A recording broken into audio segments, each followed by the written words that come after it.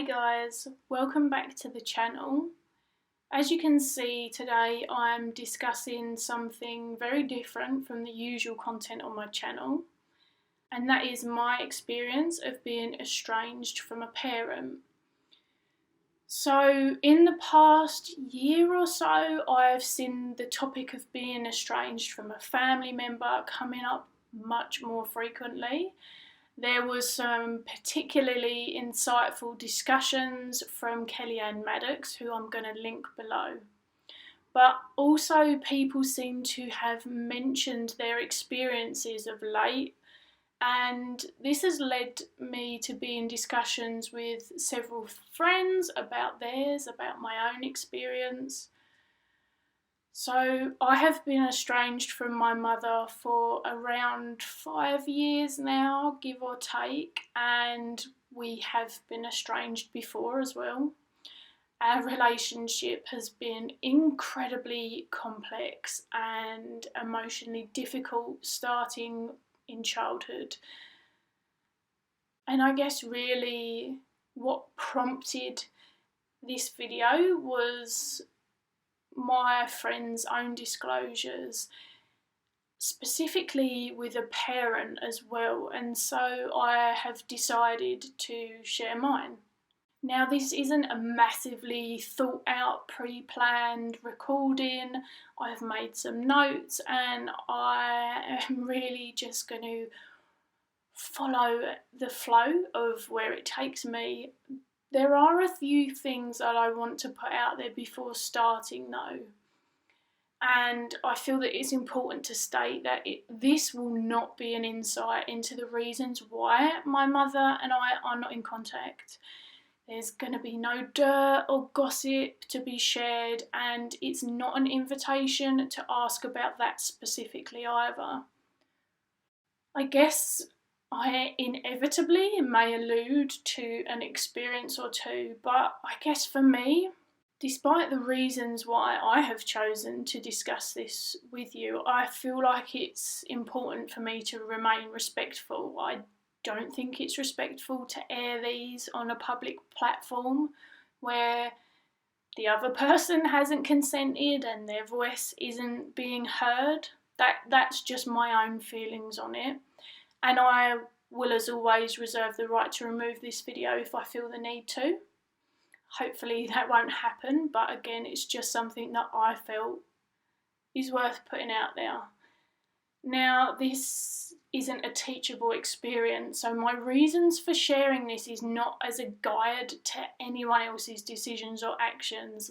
I am not intending for it to be prescriptive, and I hope that no one takes it as prescriptive, and that's the best that I can put out there, because I really believe that everyone's experiences will have nuances despite any of the similarities.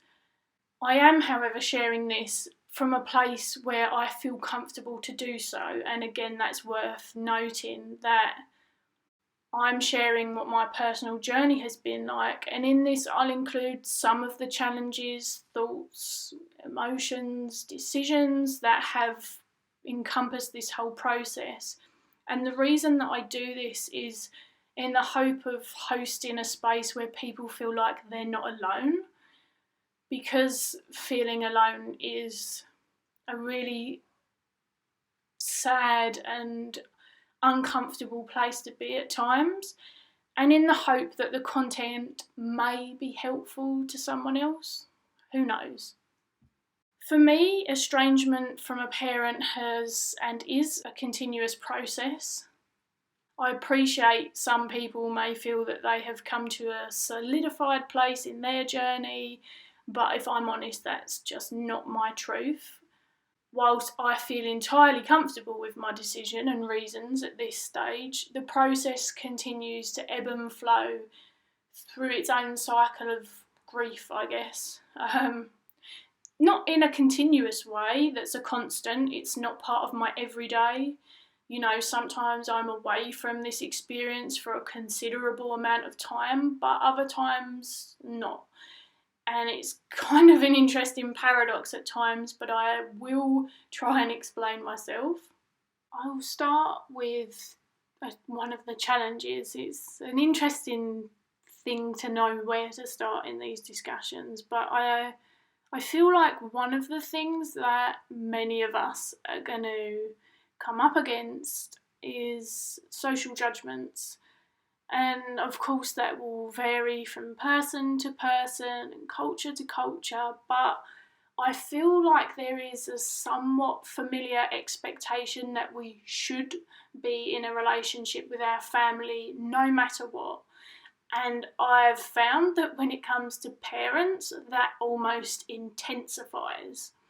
To choose to not have contact is an incredibly difficult thing for many people to digest.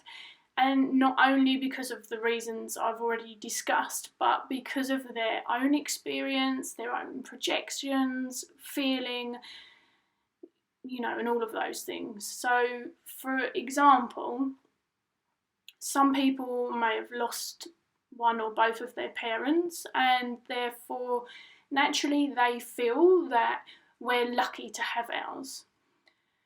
And I understand that, I get it, but I feel that it is so important when faced with this to remember that our experience is entirely separate from theirs. It's hard to brush those not those in particular, but any judgments off if we are experiencing judgments, and there's then the feeling that should we have to. But, without getting into semantics right now, I will share some of the things that I've done to help me through the experience and to navigate some of these challenges. Firstly, I had a lot of therapy. And yes, I'm biased. As a therapist myself, I think that it's invaluable. I'm not going to lie. However, I wouldn't have much faith in my work or even gone into it had I have not experienced the healing and the clarity it offered me, as well as the opportunity to be challenged in a safe space and to be vulnerable.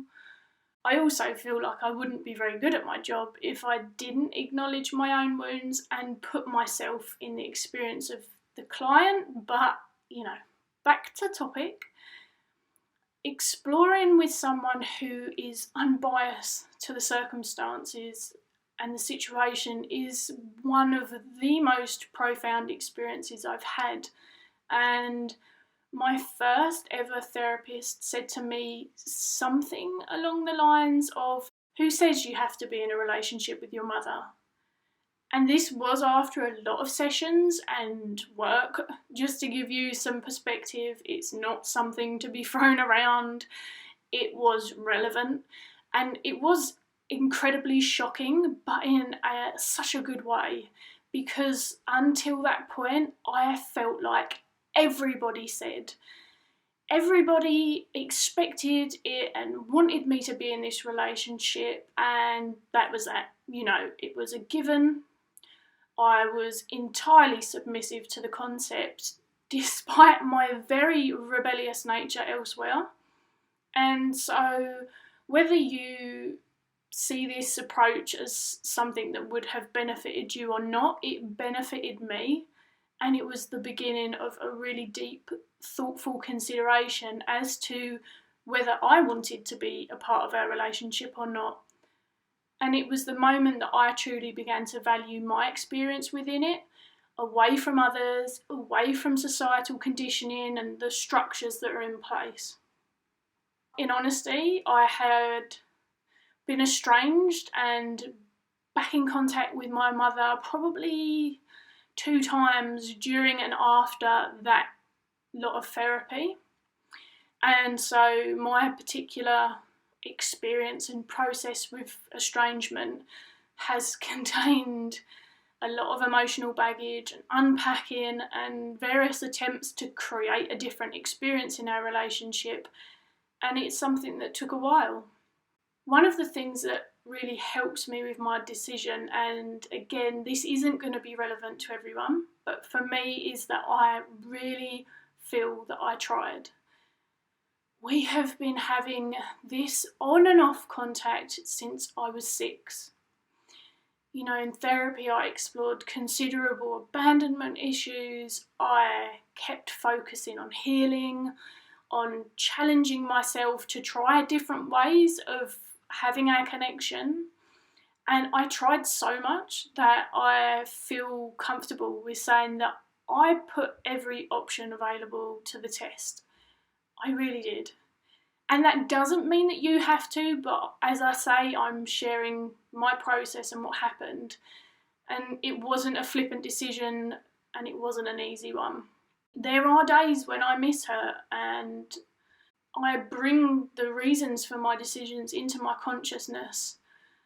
Sometimes I just simply allow myself to miss her, to miss the good parts, because it's not black and white, and it rarely is, right? If someone tells you it's that black and white, maybe that's their experience, but that's not how I perceive it. Another of the biggest challenges for me is that sometimes I do reminisce on the good. The reality is that it didn't end up outweighing what I perceived to be unhealthy for me, and in truth, what I felt was unhealthy for both of us, but it did exist. It was real, tangible love, and when we end a relationship where love still exists and that connection, even with its complexities, it is fucking hard. Some days my heart hurts from this and remembering the good times, and I would be lying if I didn't tell you that. And there are ways that I balance this with the expectation that this is normal. So if you need someone to let you know that that is normal, then I am letting you know it is normal. I can't speak for others, but having realistic expectations is a gift. It is pure gold, because I don't expect myself to never get sad after a period of grieving, say, a death, in the family or any death we experience. It becomes significantly easier over time, and the cycle changes, and then it's different, and sometimes it's not even there. But there are times when that person returns into my mind, and for me, the ending of a relationship this significant feels the same to me in this way. Especially when we've made an active decision to change the course of it rather than it being out of our hands. Now, I promise that I'm not saying that losing someone to death is easier at all, but I'm merely pointing out some of the differences about how we actively end up making that decision. And another thing that I often bring into my awareness is the reminder that sometimes I'm grieving for what could have been and not really what was. I feel like it's important at this point in the discussion for me to say that I in no way feel that I am perfect, or that I view myself as not doing anything wrong or anything like that. There are two people in relationships, so I just want to put that out there. I'm sure that many of you that know me hopefully wouldn't think that I was saying that anyway, but in discussing this with no engagement at this time while I'm speaking into a computer, it feels important just to add that in there and have that known. A major component in my own experience is learning to be okay with my decision and trusting it. So within this journey, which involved therapy, self-reflection, discussions, emotional processing, even tarot later down the line, however, that was after that I had made the decision. But I really asked myself why I wanted to continue the relationship and why I didn't. What I had tried, was there anything else to try, and did I want to? And I asked myself a hell of a lot of questions. It's far too simplified to merely call this a pros and cons list, but to help the explanation, I guess that's the essence. And what I did was I let my experience talk to me and I worked on my participation in our relationship away from it. I tried to take as much responsibility for my part in it, and I felt comfortable that this time around I could no longer do the back and forth. It's been occurring, as I said, since I was young, and I am 31 now. That is a long time, and a big portion of my life has been without this relationship and grieving this relationship, and it's not always been in my control. And I think that in itself is a massive factor. Like, I didn't have control over this as a kid, and as an adult I tried to remedy and heal it. Of course, throughout my teens other stuff happened. As I say, I don't profess to have dealt with this in a really healthy way the whole way through. We each have our shit, right? But I wanted us to have equal control, I guess, if that's a thing, you know. It doesn't necessarily feel like control then, but anyway, when it didn't feel right anymore, I then put myself in the decision-making seat, and I guess that I did. I took control of my well-being, if that's the best way to explain it. And this may sound really harsh or emotionally removed, and I don't know what to say to that, because at this stage in my life, when I have spoken about this and processed it a lot, I am used to that perception, and I return to the knowledge that this was a healthy decision for me now. I took my therapy training seriously as well, so back when I was studying, not only was I processing with a therapist and alone, but I also processed with a lot of other people that we were all on the course together. So it's an experience that by now I feel really well acquainted with it, and I had therapy after finishing my course that, you know, all that time ago as well. And then the other part of me recognises that, you know what, it is harsh, because it is a harsh reality for both involved, and I am not the only one it impacts.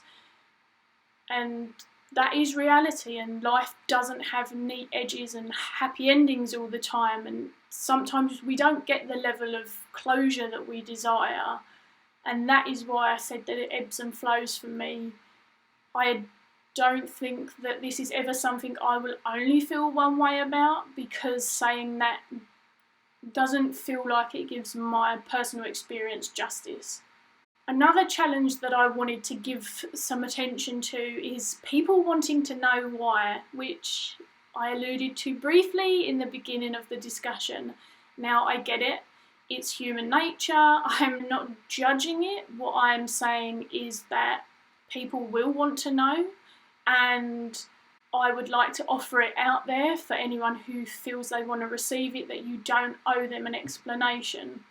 To understand that as humans we like to come to terms and explore and understand more about things, to expand and to further our perception of it, and sometimes to pass judgment. And I'm not discussing judgment in that negative way on its own either, you know, that it's come to sort of be coined as, but we judge things all the time. Like, I like oranges, but I really don't like grapefruits. Oh, grapefruits are awful. Awful, awful, awful. And it can be as simple as that. That is passing a judgment. Now, on some level, a good portion of people will undoubtedly want to know, so that they can decide whether they agree with your decision or not as well. And it's likely unconscious and probably not often communicated, but that's part of human nature. None of us are perfect. And then there's the people who just don't care and are going to pass judgment before anything, but we will get to that in a minute. So in terms of my experience with people wanting to know, I confess in the past I have told people some of my reasons why. I would allow people briefly into my world, into my trauma, the feelings of abandonment and other incredibly sensitive things, and with no boundaries stated, because do you know what? I really wanted to be understood. I wanted to be accepted for my decision and for someone to say it was okay. Inevitably, my therapist didn't tell me her own thoughts on any of it, but the mere discussion of what she did say opened up a whole new layer for me, and it did feel like an allowance. It felt safe to discuss. But naturally, it's nice to feel understood and accepted. To be perfectly honest with you, I think on some level that I knew that many people would accept it if they heard my experience, but I started to feel uncomfortable with that. And I was also aware that I had invited people into something that wasn't theirs. I hadn't placed boundaries. And I realised that in the grand scheme of things, the only person who needed to be okay with it was me, which is harder than it sounds, but it's attainable. It happened for me. And that is the opinion that I needed to be okay with. Also, telling people will not always get the response we desire, and that's really worthwhile noting. Judgements will still be passed. We may feel, as I did, feelings of rejection, vulnerability, and sometimes it opens a wound in a way that I wasn't necessarily prepared for. And these are just things to bear in mind. As I say, these are merely offerings, it's not prescriptive. For me, my partner knows the most. A few incredibly close friends or family also know, and that is it now. I feel like my boundaries healthily support me in this. I guess one thing that I would say that feels worthwhile discussing as well is that even though these people know and support me and they provide me their empathy and love and acknowledgement, because acknowledgement and acknowledging someone's pain is profoundly healing in itself. It has been for me. I really don't feel like I'm alone there either. But back to the people who are supporting, there is still a part of them that I'm sure struggles to fully perceive, because they're not people who are currently having or have had a similar experience to this. The reason that I say that is because it means the most amazing people in the world won't always get it right all of the time. And for me, there is a deep importance in recognising this and not expecting them to. It's not setting them up to fail. Occasionally, it's just a mini shitstorm of emotions because I don't do things properly or follow the things I've discussed either. But most of the time nowadays, it works out. And honestly, I feel that it's impossible to fully comprehend someone's entire experience. And that means that there's no perfect way to be there for someone and to navigate it with them. There are better ways and we learn them together, but certainly no perfect way. What I would say, however, is having people who you can talk to about it, who feel safe, can be really cathartic in itself. That is my experience of it, and it may seem like quite a dark humour, but actually when I've found friends who have a similar experience with a parent, it's like finding someone that's a member of this really secret and taboo club that I have felt judged upon a lot more than supported within. And it has made for some really cathartic and healing and just grounding discussions and experiences, having those conversations with other people and hearing about their experience, because obviously they're not entirely the same. But I've felt accepted within those. And so I'm not saying that I never discuss this with anyone now, but more so that I am very thoughtful about who I discuss it with and whether it's one of those safe people that already know, or whether it was someone who was in a supportive role back, when I had therapy, or if it's someone who is going through the experience. So as I say, not everyone I've discussed it with has gone through the experience, but I have learnt to understand who is a safe person to speak with. And I guess I am also more clued in as to why I would want to discuss it. And it's not something that I'm opening for discussion as much in the grand scheme of things nowadays, unless I'm feeling a particular way about it and it's very present with me, because of course a lot of the initial processing and the really raw experience and anger and sadness and that mixture of emotions that I had, a lot of that has been processed quite thoroughly, and so the presence of such a fixed and such a powerful emotion isn't around in the same capacity anymore, at least for me.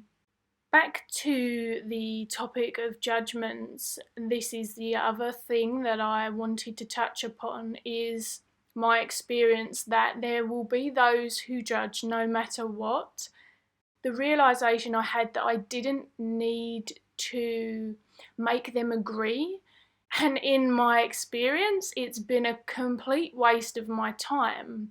And when I take on board their thoughts and feelings as kind of the right way, then all that ended up happening in that process is I completely devalued my own feelings and process and just felt like crap.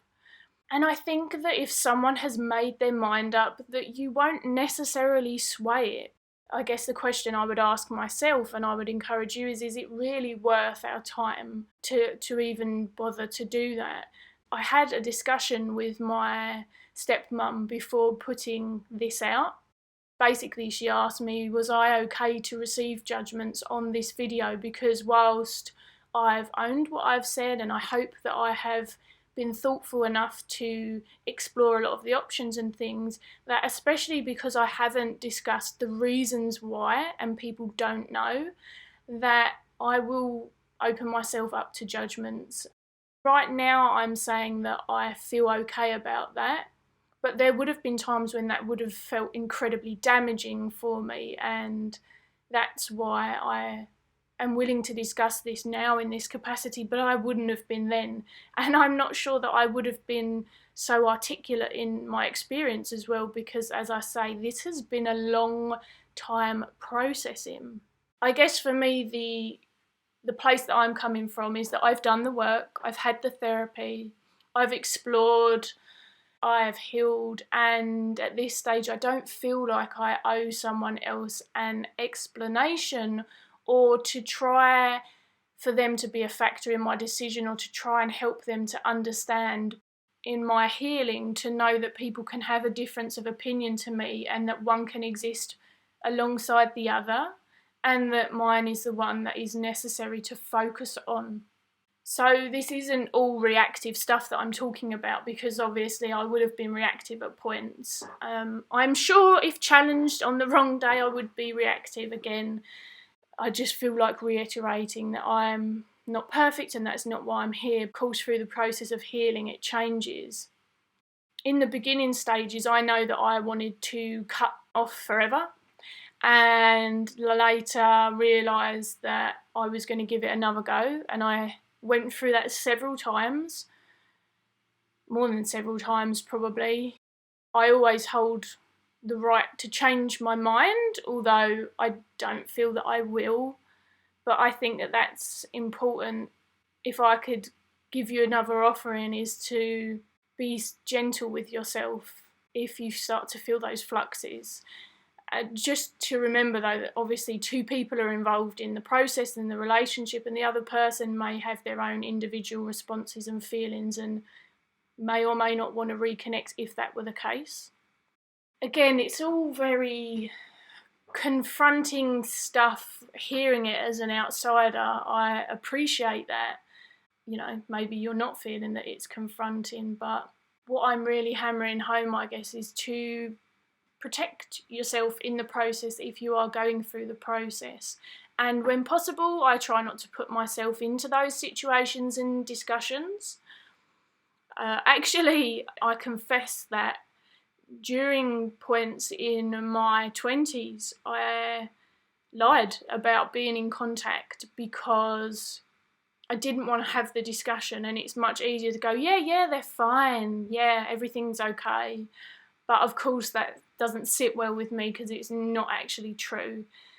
It was a tactic to avoid some more difficult discussion and boundary setting that actually works, and I will tell people that I don't want to talk about it, and I will tell people that I'm not in contact, and the invitation is not made available to have the discussion. And of course people will push that, and I can only say look after yourself in that instance. I'm not, however, judging people who are in a space where they might not want to tell other people they're not in contact, and they might just say, yeah, everything's fine like I used to, because really I understand that it's not my place to judge how someone is looking to try and keep themselves safe in a very, very difficult situation with a safety mechanism that isn't harming anyone else. In the essence of trying to keep this as short as possible without skipping out on too much of the discussion, I finally want to talk about potentially triggering events or moments, I guess is the best way that I can describe them. Becoming aware of them has been an exploration of noticing the emotions that come up, how I'm feeling, and then learning about why. And if they're going to be somewhat regular, then it helps to prepare for them. So for me, an obvious one would be Mother's Day. Not a fan. Needless to say, for me, it is a day that I am caring towards myself when it comes around. I'm not talking about avoidance, because of course I can't avoid everything. Sometimes avoidance may be the key. Sometimes the answer may be not going on social media for the day, if that's what's going to work for you. And the difference between unhealthy avoidance and healthy avoidance is a whole different discussion, and I fear that this is becoming too long for anyone to listen to, including myself. So again, it's the caveat that you will learn to understand what type of, I've said avoidance, but there are nicer terms for healthy avoidance, but what type of that is going to be healthy and work for you and support you and is realistic, and which of that is not. One potential trigger for myself, which I felt was important to share here, is I hold a deep awareness of what might come up for me when my mum is no longer around, and the opportunity to have or not have a relationship is therefore taken out of my control. And whilst I know the reasons that I have chosen to do this, and I know our past, and I have all of that, I would be remiss if I didn't say that when that occurs, then I may revisit and may question my decision, and I'm not jaded about that. At this stage, I honestly don't care how self-aware I am or anyone else may be. I feel that we simply can't know for sure until this happens, because we're human, and therefore I've remained realistic in that particular instance, and it is something that has crossed my mind from time to time. It has been a part of that process. Some triggers or discomforts or reminders are of course going to be incredibly random and catch you off guard. And again, I go back to being gentle with myself, to not shy away from what's happening, what I'm experiencing, but to find that balance so that it doesn't run my life either.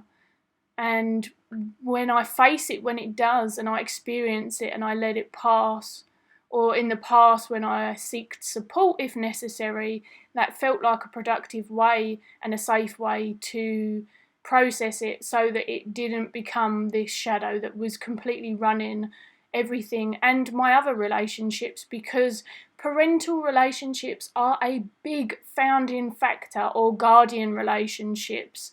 If it wasn't your parents who were around, in childhood, it's a massive factor of how we experience and view and explore relationships with others. And of course, it doesn't have to be the defining factor, but it is a large part of how we form our relationships or how we understand our relationships. I guess what I'm saying is it has a huge impact on our patterns of relating.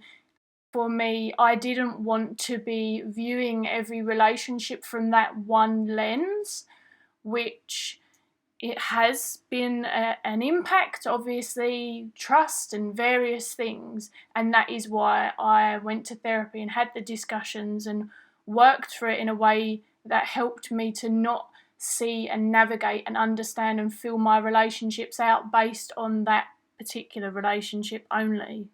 There are, of course, still times that it has an impact. I'm not infallible to that experience, and it is something that even at this stage where I'm saying, look, it's okay, I can come and share this with you and share where I am right now, that I am continuing this journey and continuing to work on these aspects, and parts of them are continuing to come up, but it's less frequent. There's been huge shifts in the process. I feel a lot safer, a lot more comfortable. I feel the changes in myself, and so that's where I am now. I'm ready to wrap this up now. It has been a significant undertaking of which I'm not sure how useful it is, but I really hope that it's landed on the ears and souls who needed it. That is my one drive for putting this video out there and sharing it with you. I'm sure that there's more things that I could have said. I don't want to torment myself with that thought. And honestly, one of the things that I found most difficult about putting this particular video out was more to do with the fact that once we put something out there, like a video, a podcast, if we were to write a book, that becomes static and it's caught in that moment in time. And of course, on reflection and with other people's input and engagement and questions, or even with our own time and process, aspects will change. We may reflect and think of better ways to reword something. At least that's, again, my experience. And I don't want to not put it out just because things may change, or I may have forgotten things, or I could have said them more eloquently. I'm not here to be perfect. I really just felt the call to give my experience based on being quite a significant way down the line with this particular relationship and my experience of it. As I said briefly at the beginning, a few people had showed an interest in my view, if I was okay to share, of course. Thank you for listening. I know it's been a long video. I welcome you to open discussions in the comment below, but I really ask that people remain respectful of each other. For those who are going through this, I hope that you can find a comfortable space between the ebbs and flows of this whole entire process. And I will catch you guys all again soon. Take care.